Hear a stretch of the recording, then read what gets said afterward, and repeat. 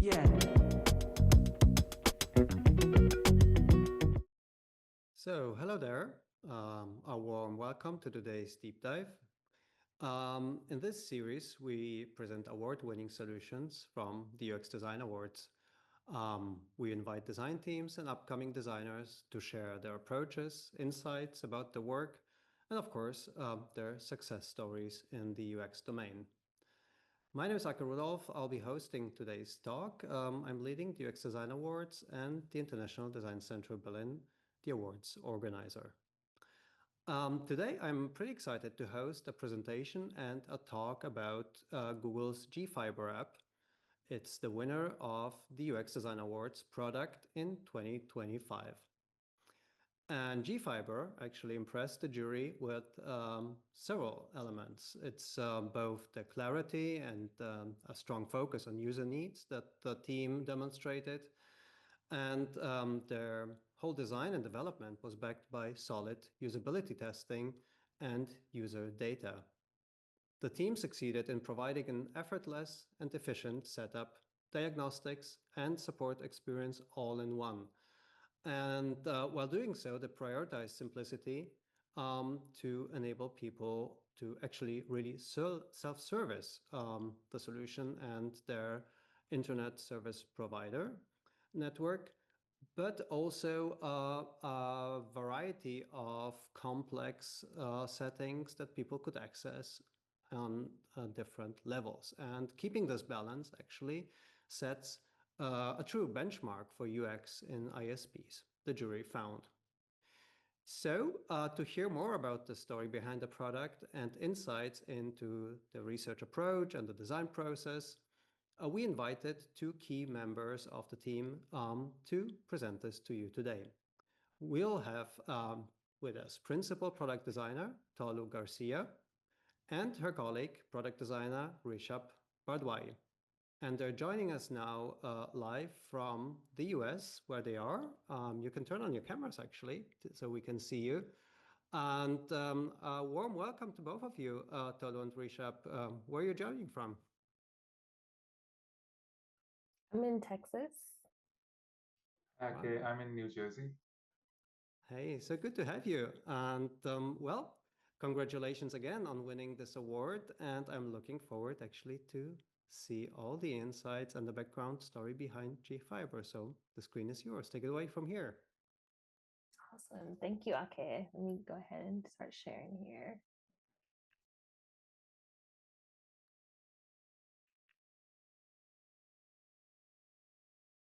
All right, you can see my screen, right? We do. Cool. Awesome. So thank you so much everyone for joining. Thank you RK and Fabian for all the preparation we needed before doing this event. We are very happy to be here and to also receive the recognition. I'm Rishabh Bhardwaj and I'm here with my colleague Tolu. We're both product designers at GFiber. And in the next 20 minutes or so, we want to take you through the behind the scenes of all the GFiber mobile app design work we did in the last, I think, 2 years, and what's the story behind there. A little bit about both of us. My name is Rishabh Bhardwaj. I'm a product designer at GFiber. I've been in the industry for 9+ years now, working on both web and mobile experiences, and currently leading mobile app and customer accounts work at GFiber. And a fun fact about me is that I used to be a developer who transitioned into design work after a failed project. That's me. Yeah. So I'm Tolu Garcia. I focus mainly on the app design system side of things at GFiber. So I've been a designer for a little over 10 years. Actually got a degree in graphic design, but then switched over to product design. A fun fact about me is I've been playing guitar for about 15 years as a hobby. Pretty cool. And this slide is just a big moment of appreciation to our team. So it's much bigger than us. It includes designers, copywriters, product managers, and especially engineers. And this is an ongoing project. It's been a huge, huge team effort. So we tried to capture everyone here on the team. If there's a few names missed, please know that was by accident. And your effort is also really appreciated. Totally. We want to thank the whole team. And before getting into the story of the work, let's take a step back and like understand like what is GFiber for everyone here. So GFiber is an internet service provider in the USA that delivers ultra fast fiber optic internet. GFiber serviced their first city in Kansas City in 2012. So they've been in business for a while. Um, and like we want to create experiences which are differentiated. So this video is one example where it's like, yeah, your power might be out, but your internet is still working. And that's the promise of our service that's represented in the actual internet service, also in our app that we will now talk about. And really, the starting point was when we realized that we were leaning very heavily on our brand, our tone, on our websites, like how we were selling internet to our customers. But you can see like how from the left to the right, that whole language, that visual language, and intentionality was missing on the app. So we saw that and we realized that, okay, we need to make this much better. Customers do expect that, and how they see us on the website during our sign up flow, when they talk to our support team, is not really represented on the app as well. So that was a big challenge for us. And that's where the whole thing started.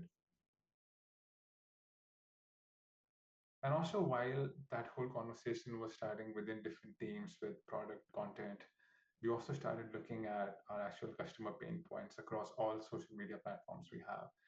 We were also looking at App Store feedback because that's pretty crucial, that's very direct.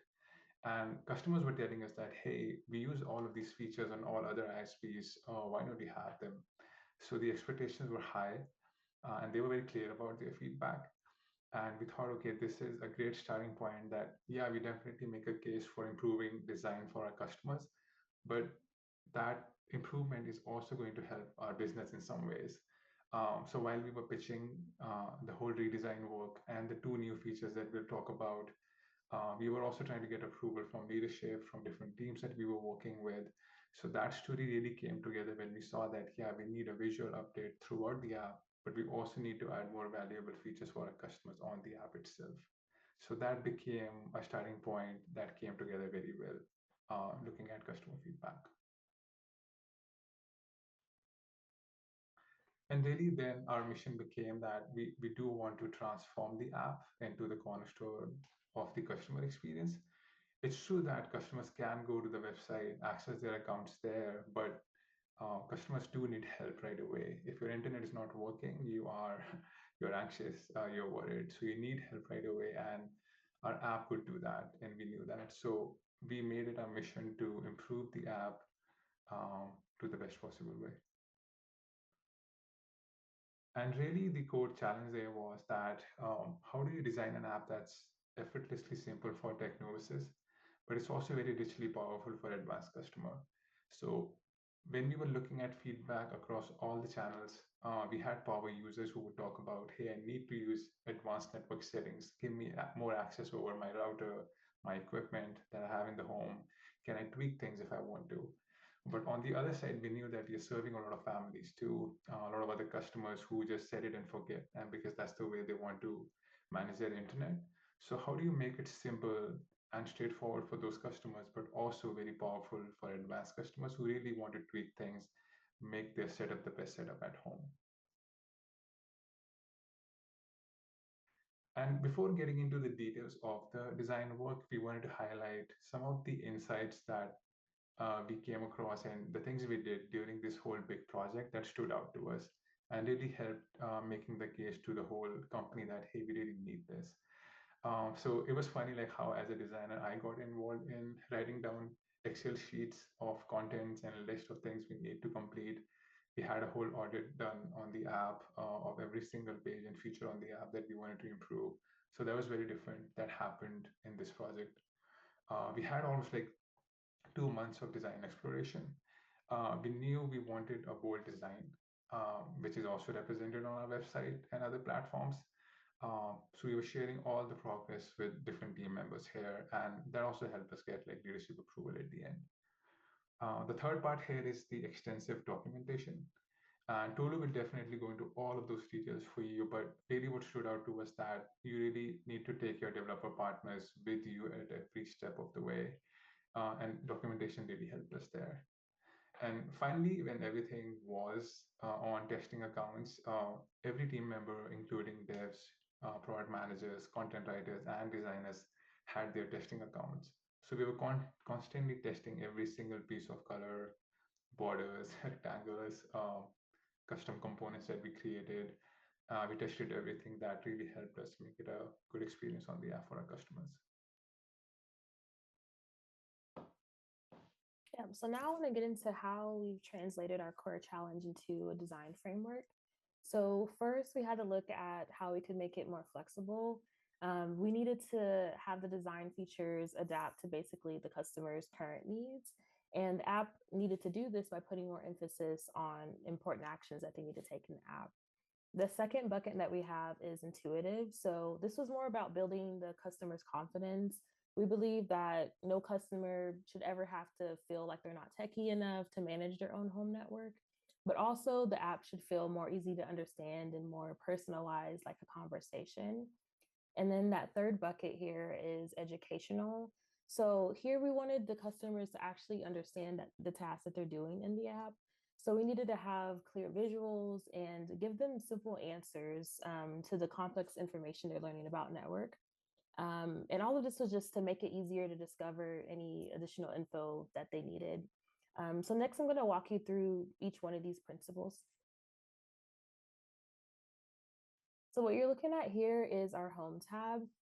So to introduce flexibility into the app, there's these instances where we use what we call takeover states. And basically, it's like a page overlay that takes over the screen so a customer can focus on any critical information or actions that they need to take. For example, what you see on the left there for the installation appointment coming up, which is when a technician will come to your home to help you with your internet. So the customer will see actions in the app to like track their technician or manage their appointment. And another example is when there's like a self-install kit being delivered to your home. So we also use a takeover state there to help the customer focus on any immediate actions they should take, like tracking their package on the way or setting up their internet.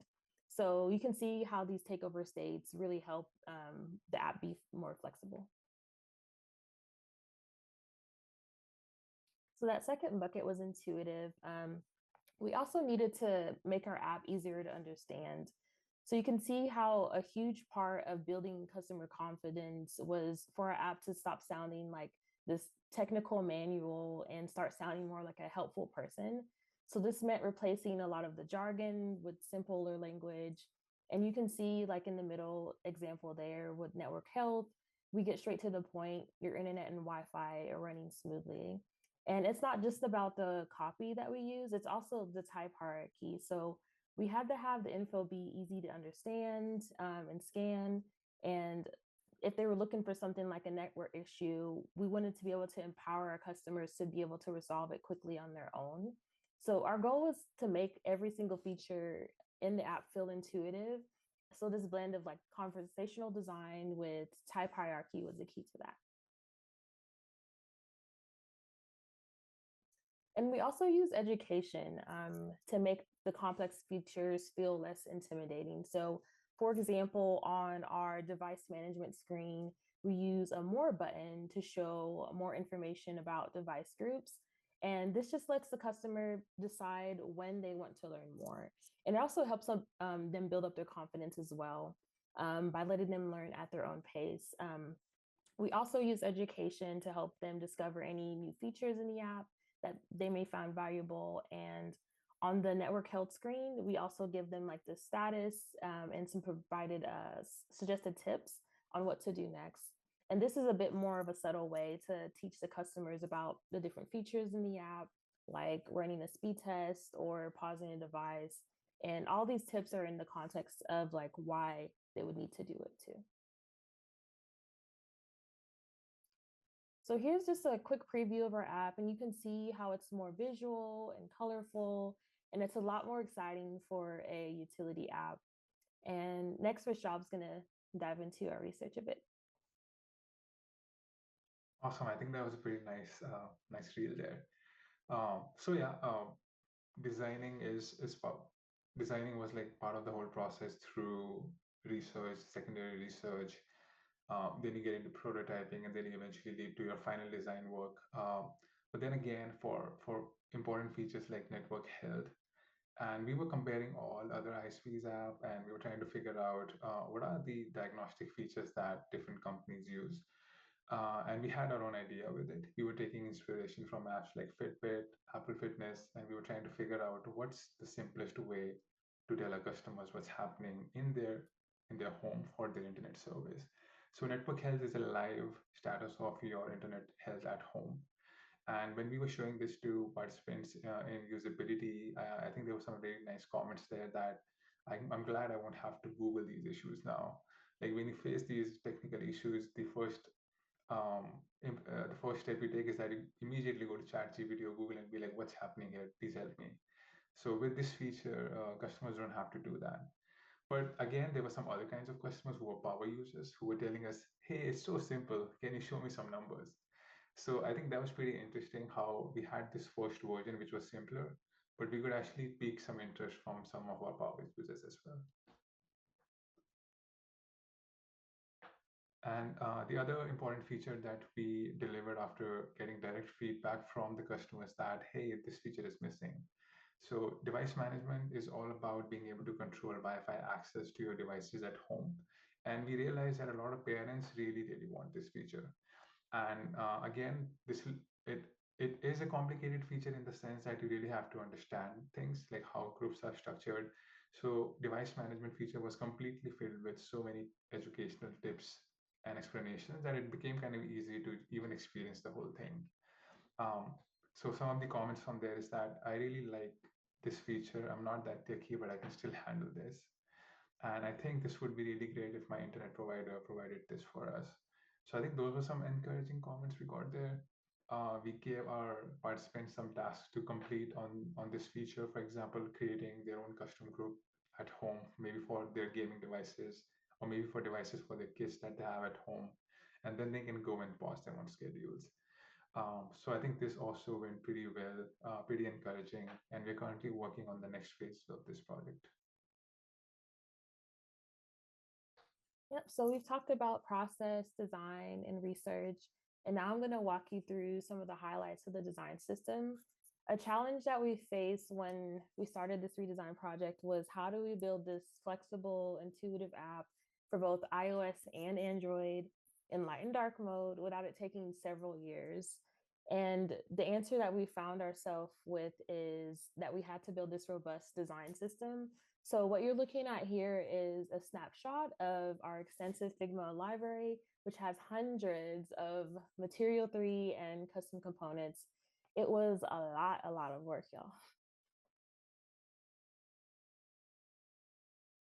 So we built this design library, but we also needed a process. So this slide just shows our detailed annotations, which are a key part of the collaboration that we've done with engineering.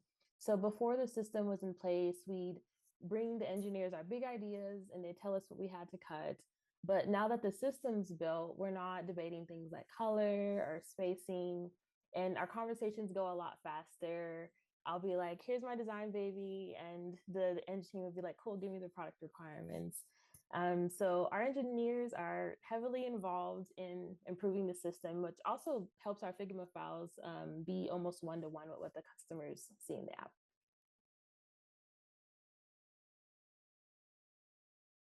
And the system only works if people follow it and use it, right? So we build our governance around Figma to help designers build more consistently. So this includes documentation for things like component variations and interaction design guidelines, which empowers Rishabh and I to move fast and have better consistency with our design work. And it also helps engineers to build faster and more reliably. And another important aspect of the system, one of my favorites, is micro animations, which just help guide our customers and make the app feel more alive and responsive. So the design system we built gives us the confidence and the flexibility to have this distinct, fun GFiber brand. compared to like other boring utility apps out there. So we're just also exploring more reasons and opportunities for us to have moments of delight like this in the app and make it more uniquely GFiber. And here's a quick look at the final experience for the customer that went live on May 2024.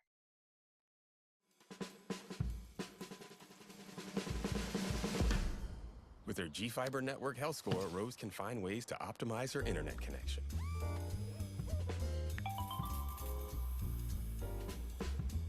That means she can optimize her connection with her plants, too. You're beautiful, you're brave, you're growing strong. You're beautiful, you're brave, you're growing strong. That was a nice affirmation at the end of that. You're beautiful, you're brave, you're growing strong. So you can see how the health score empowers our customers to be able to optimize their internet connection.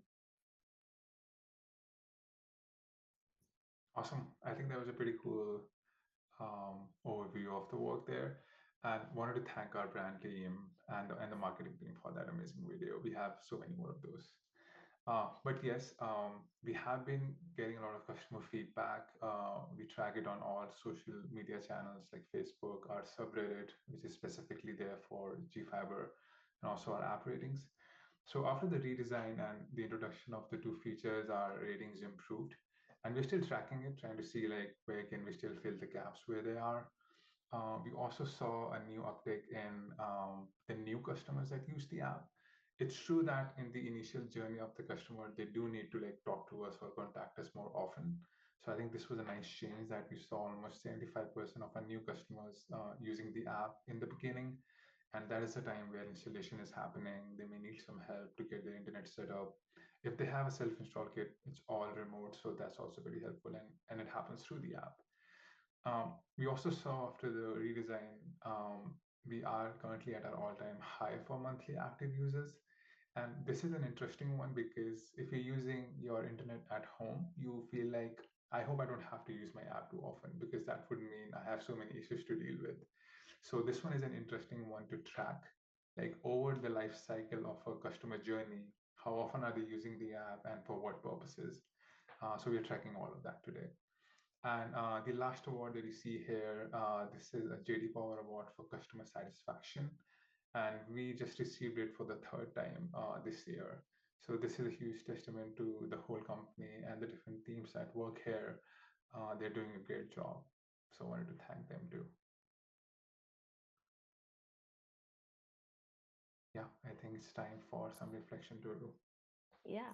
So a reflection that I have is around engineering. So I wish we had integrated a bit more engineering feedback at the start of the project. And I say this because I think it would have helped us build a little bit more faster and estimate the level of effort for the eng teams a little bit better. But I do feel that we have a lot more of that integration now, which is helping us tremendously. But it would have been nice to have it a little bit more earlier on. How about you, Rishabh? Any reflections? No, I think your one makes sense too, because there's so much work to be done for a design system. So you need meetings like every week, close collaboration there. On my side, because whenever we go through a big redesign, you think about like, oh, it's not just about UI, it's about UX, it's about product work, adding new features. So I think we could have done more maybe there to think about how can we structurally and systematically improve our features in the backend. Most redesign, they may become just about what you see in UI in front of you. So it's delightful. There are micro animations, but can you structurally and systematically also improve your systems? So I think that's our big main thing. Next, whenever we do a big project like this, we should try to maybe pay more attention to that part of the whole work too. And yeah, after all of this work, I think our next thing is to think about how can we enhance customer help experience. Currently on the app, they do have different channels they can use to reach out to us. For example, they can go to the help center to read content, they can chat with us, they can call us, but the experience is not that intentional yet. And with incoming AI resources, we're trying to figure out like what is the best experience there. Because when things are wrong at home for the internet, we can see that too on our systems. So we can definitely help them be more proactive, uh, probably using AI. So we'll figure that out next. Yeah. Thank you so much for Thank you, listening. everyone. Awesome presentation. Thanks, Tolu and Rishabh. And happy to dive into some questions, and as well giving you out there the opportunity to post your questions. Just if you're on LinkedIn watching now, put your questions, suggestions, whatever in the comments of the event, and we'll bring them in to the talk. And if you're with us on Zoom now, you can also raise your hand and just chip in with questions. But of course, also feel free to add them to the comments. So it's a huge project, and looking at the previous version of the GFiber app, that's really a huge step forward that you did design-wise. But I also loved what you showed. Maybe just like skipped through your presentation on it, but you really thought not just about like creating an app for installing your internet at home and managing it, but you really thought about the entire user journey much more holistically. And I love that it's become almost like a companion service where the app shows you actually like even before you start installing, you know, how's the delivery status of the router, what's going on before it and during, and that it seems to flag the right information at the right moment. So it's really like a holistic UX project and not just like a redesign or UI project. What's your thoughts about this? Am I getting this correct, or am I totally mistaken? Yeah, no, I think that's correct. And the initial phases of customer journey are so important. We have seen this through research that customers would sign up for a service like a week before they're moving. So many of them are in a rush, or they do this at the last minute. So we want to present ourselves in a much better way. So taking them through the journey of sign up to waiting for their equipment, and actually even telling them more through emails and other types of communication, which also happens. The app is there as a companion. So you get sign up, you receive communication, you can still sign up on the app, you'll see the status of your equipment, you'll see when it's delivered, you can start installing things on your own if you have a self-install kit, and then eventually see network health. And network health will take you throughout the journey of fixing some issues if you see them every now and then. And it's actually true, like the internet experience at home could be very different than what you experienced as like, oh yeah, it should be all good always, but it's not. Sometimes there is weather conditions which are bad. Sometimes there's some problem in the house itself because you have a huge home. There are some walls, so you don't get coverage everywhere properly. So we want to help our customers throughout that part too. It's also, you pointed out the research base was pretty extensive, and you did a lot of upfront research. Wondering if you can take us just briefly about maybe like the elements of research, what you enacted, what was your research methods and phases? So there's ongoing surveys that happen for current customers. So we're tracking how happy they are, how frustrated they are, if they have any kind of feedback. So that's ongoing, that happens throughout the year. But on the other hand, like we do a lot of secondary research to try to gather insights from all other competitors. We gather insights from conversations on Reddit. And we have seen that our more tech advanced customer bases on Reddit, they're very vocal. They complain a lot too if they have a problem, which is great. We get a lot of good feedback, which we want. So we look at that too. Um, and then again, all the features that we design, they go through usability testing. So that's after the design work. But we do want to do more generative research going forward. I think we're lacking there a bit, so we want to improve that part as well. Generative research, can you I think explain it's a little bit more? Yeah, I think it's more like you're not trying to do research for a solution you've already created. You're trying to uncover what could be the unmet expectations that our customers have. It's hard to reach out to every single one of them, right? And to understand all of their issues is not going to be that easy when you know you have a million customers using your service all day long, like using your Wi-Fi at home. So to create prototypes, to create design work, just to invoke some thought, some kind of situations that they might get into, and then get insights from those conversations. Right. So did you actually also shadow people using maybe the previous app and so on and so on? So like really like hands-on in-person research as well? Yeah, so there is a lab for testing in Mountain View, but we do have setups at different cities in the country where we have service. So we have done shadowing where we'll have a participant come into an apartment, receive our equipment, try to install it. So we shadow those experiences, then we interview them after those experiences. So that has been very crucial, especially for self-install experiences. When you receive a kit, you have like 5 things in front of you. So how do you tackle that? Do you watch a video? Do you read a manual? So I think that's pretty important.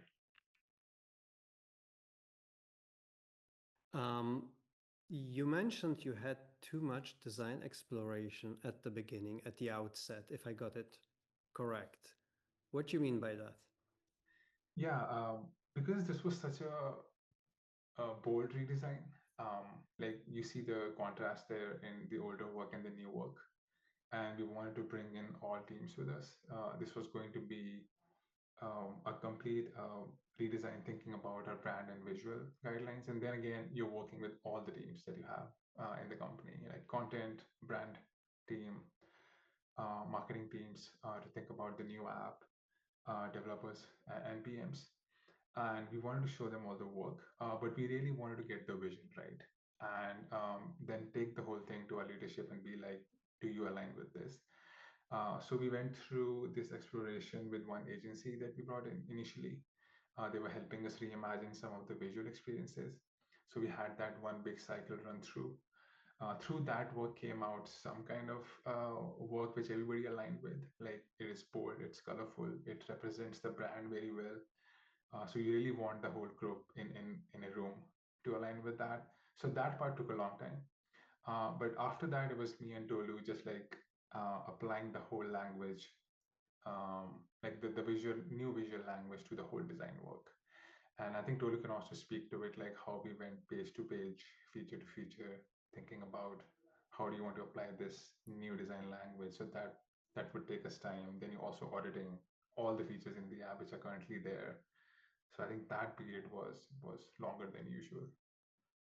Yeah, I would say too, like even just with the design work, we were really trying to analyze like how much custom components we wanted to add into it compared to using Material 3, which is like the base, the core of our design system. So it was definitely a lot of like extensive process of back and forth of like, should we make this component custom or should we use like what we already have? So there's many, first of all, I understand that, do I understand right, that there was a long phase of kind of getting buy-in for an extensive project, which you solved in a way through the working together with an agency, with external designers. And then the considerations between using existing Google design systems and individual elements. Yeah, yeah.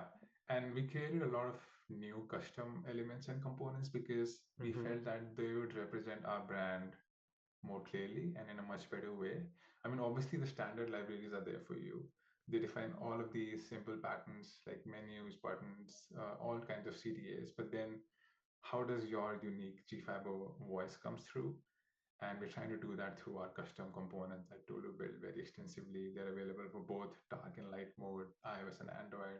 So I think that's a lot of amazing work that Tolu did. What was the challenges there? If you're talking about like developing for different platforms, different devices, speaking about these design decisions about matching prefab, custom elements? Yeah, I would say since we had that base of, Google's Material 3 system, it was nice to have that cross-platform type of base for us. But I would say the main challenges was considering things that are like more like platform specific UI, like the date pickers and stuff like that, on if we should change anything there to make it feel more custom. But I would say like the main challenges were around like the card systems that we built, because we wanted to add something that felt a little bit more distinct to GFiber. So we went through that process of should we do like, rounded corners versus straight corners, and also just comparing to make sure it doesn't look too much like Google product versus like, GFiber product. So I would say that was like the biggest challenge, is trying to separate ourselves from Google. Okay, got it. That sounds like almost like a titanic struggle, talking about such large companies and interest as well. I think you pinned quite a nice balance there. Mentioning like maybe from your design perspective, how did you decide about like how to move away maybe from, let's say, learned elements from different OSs to the ones you decided to develop as a custom element? Because some of the elements might be learned by the users using, Android or iOS, but you decided to go your own way. So is there like kind of like benchmarking you use, or how did you base your decisions there? Yeah, I would say we had those benchmarks in place. So for instance, with Android experiences, they have their system for how you go back with things, versus on iOS devices, some of them are just like a swipe back. So considering the interaction states for either device was pretty crucial. So we would have to come to a compromise and between both teams, because there would be conversations with the engineers of like, well, should we have a back button or should we just let them swipe? Is it discoverable enough? Even for things like pull to refresh, having conversations on that of, will the customer be able to understand how to do this action on their own, or do we need like an actual like tangible button for them to tap on for it? So it was a lot of like nitpicking like that with the engineering team, and huge kudos to them, because there was a lot of instances where we thought we had it figured out, but then when they would go and start building it and testing it, they were like, hey, we didn't consider this specific instance, so then we would have to go back to the brainstorming board again to figure it out. Yeah, I think that happens a lot here, like within our teams, in a good sense, where I think the collaboration is very heavy, and we've seen that. I think because of that heavy collaboration, we have better speed. We're meeting them almost 2 times a week. We meet like I think 20 of the 2025 developers in a meeting with us, asking all the questions they have about UI and UX. So I think that's pretty crucial, and they have really helped us. Like they have given us feedback that we didn't think about so many times, because we're trying to focus on some other thing in the design work. So kudos to them, really.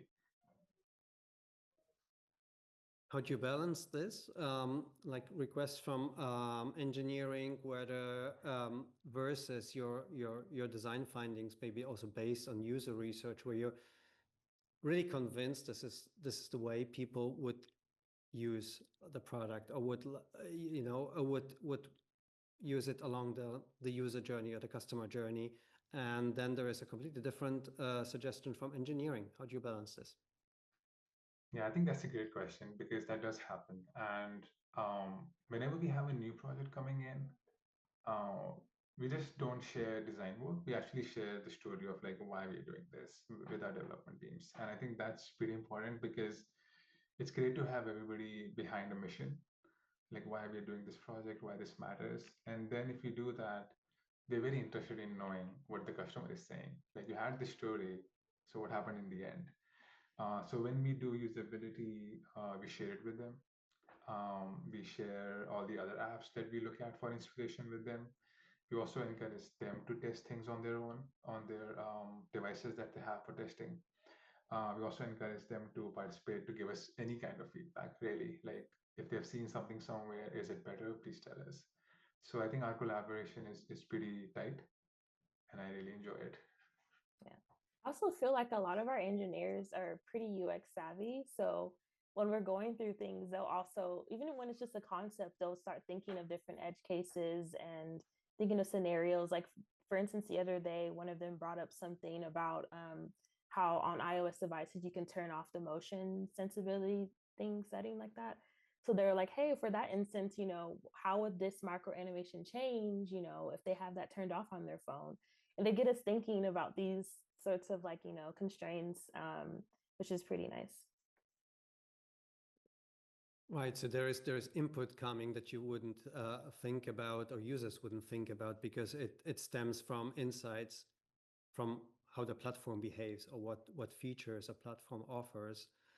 Um, does that connect to what you said, like at the start, maybe more integration with engineering would have been helpful, because you see that there are so many insights coming actually from the engineering side, to contemplate research and design. And how would you suggest, like, if you look back at that project, if you were to set it up anew with these insights, how you would structure this in terms of like what tips would you give to your designer colleagues, in order to do it better, reflecting? Yeah. I think I would recommend that bring um, all the developer teams with you. Like, don't just think about your UI front end team because you're doing a redesign on UI. I think a lot of the experiences are improved so much just because you figured out that you need to update something in some of the backend system in the background somewhere. It's not visible to designers. It's like far separated because just like the nature of the teams. So I think that's a recommendation for both me and Tolu, and for everyone doing design work, that collaborate with them more often, because they may have insights you're missing, or they may suggest something that you did not even think about. Yeah, I completely agree with that. Even if it seems like it's the most simplest screen that could be built, still include the engineers as early as possible, because there might be something that you haven't thought about that they can, see it. Because, whenever they're looking at the screen, they're thinking about how they're going to build it and how they're going to, feed the data into that page immediately. So, really important to bring them in early. That's a really good tip to think beyond the surface, which is what UX is about, but also about like how to make it work. Yeah. What you thought about, and this is what you need engineering for, right? So if you don't Yeah. think about the feasibility, the best design system or design ideas wouldn't work. Did you develop a kind of protocol or process how to interact with a different, let's say, depth or within your organization, or is it something spontaneous that you just kept up during the process? There's definitely alignment in the beginning of these kind of redesigns. Like engineering leaders, PM leaders would always be in those meetings to get alignment across the whole design work. Like, how much are we doing? What's the scope? So that's when leaders get involved from different teams to understand, like, okay, what are we actually doing? What is the impact? And I think after that, in some later stages, you do want to involve everyone who's going to be coding. Like, we want to be with them in that room. And that happens at the later stages where you're actually now designing. And even through explorations, and we do that today too. I would actually put Tolu and I would bring our half-baked design work to them very often and be like, okay, this is what I'm thinking. What do you think? So that happens pretty often. We also start designing pretty often too. We don't wait for the right time to design. It's not like we would always wait till the end of one process to finish for us to start designing. So we start designing parallelly, concepts, brainstorming ideas with wireframes and mocks, and we share with the team pretty often. But it's true, like, as we go through different stages of a project, yeah, it's true, like, we first get alignment with leadership of different teams, and then we start including all the other team members there. Yeah. And I would also add on to that, I feel like collectively as a team, we're always looking to identify any customer problems that there potentially could be. So Sometimes it could just be a comment someone said in a meeting, and then we'll go and do like a little design jam on that specific idea, and then bring it to engineering, get their opinion on it, get some other business like buy-in from it, before we even put together like a business requirements documentation and stuff like that. We just like playing with the idea of like, could this actually work? How much time would this take to build? And that has helped us a lot sometimes with just our process of moving things along quicker.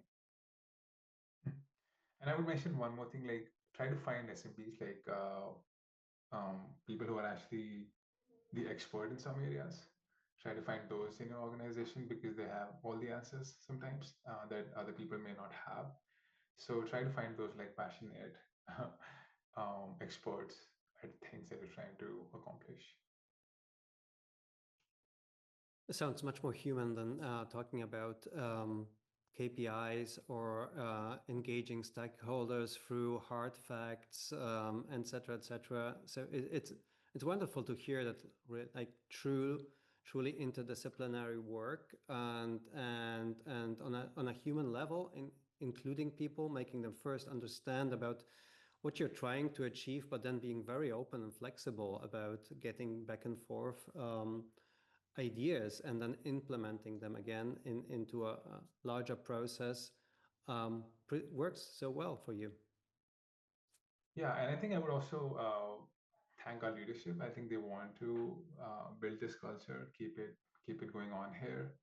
So I think that really helps too, right? You want that kind of culture to be propagated across different teams, so they also feel like they can reach out to us anytime, any stage of the product. Like, why not? Just give me a ping. I'm available for you. So is it also an element of this, including your leadership in certain phases and keeping them in track about like the thinking behind elements or steps in the process? Oh, yeah, definitely. Yeah, I mean, there are share outs which are pretty regular. Obviously, we get into those situations where it's like, oh my God, now I have this feedback so close to when I was finishing. So that happens everywhere, right? But I think we keep our eyes and ear open. If a feedback is good, it makes sense, it's for the customer or the business, and it's completely valid, we'll use it. We'll ask for more time. And I think that's completely valid, the way we function here.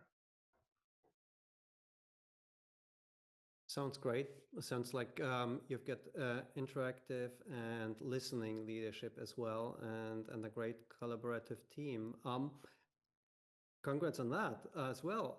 You mentioned at the end of your presentation, just maybe raising this because it's obviously like an ongoing huge topic, implementation of AI, and it's just a technology.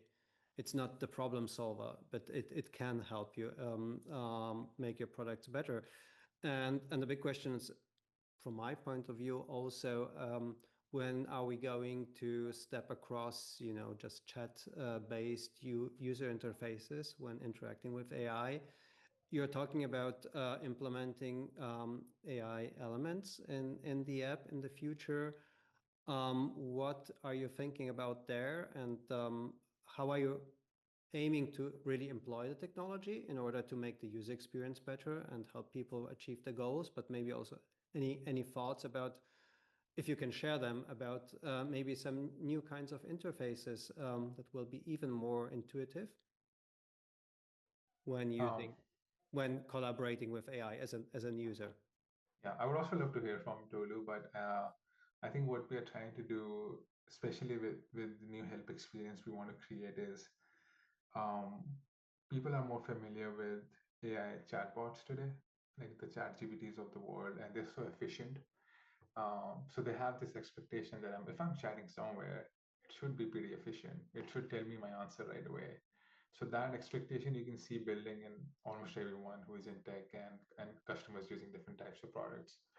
So we want to place ourselves there, especially with our help experiences, knowing that an internet issue can just arise anytime sometimes, like, and you're confused if you're not that tech savvy. So the app should be proactive. It should be able to answer your question in a very human way, but not like a technical jargon way. So I think that's some of the initial ideas that we're thinking about. Um, What else do you think, Tolu? Yeah, I see it more around like how it could help me with the design system work and move quicker. So I see two opportunities. So like one, using AI to help us like generate component variations or like testing screens for all edge cases, or like if we had the AI scan our designs and like flag any accessibility issues. I know there's like plugins and stuff like that for Figma, but that could be even smarter than what exists today. But I mainly see it as like a tool that we could maybe use to like have like, you know, time saved a little bit. Yeah. And also, I think I've been using Figma Make every now and then. So you can just talk to it and it creates a prototype for you. I think that's pretty neat. So if possible, we'll probably try to dive more into that, where we're just creating ideas. And we can have some fun with the whole team. You create random ideas, see what sticks. Is there an insight in one idea somewhere? So I think that could be very interesting to try. Final question, because you won the UX Design Awards. I'm just wondering personally what was the decision, what was behind the decision in sending GFiber to the competition? Why did you do it, basically? And what did it meant when you heard about the jury decision, like for your team and your work within Google Fiber?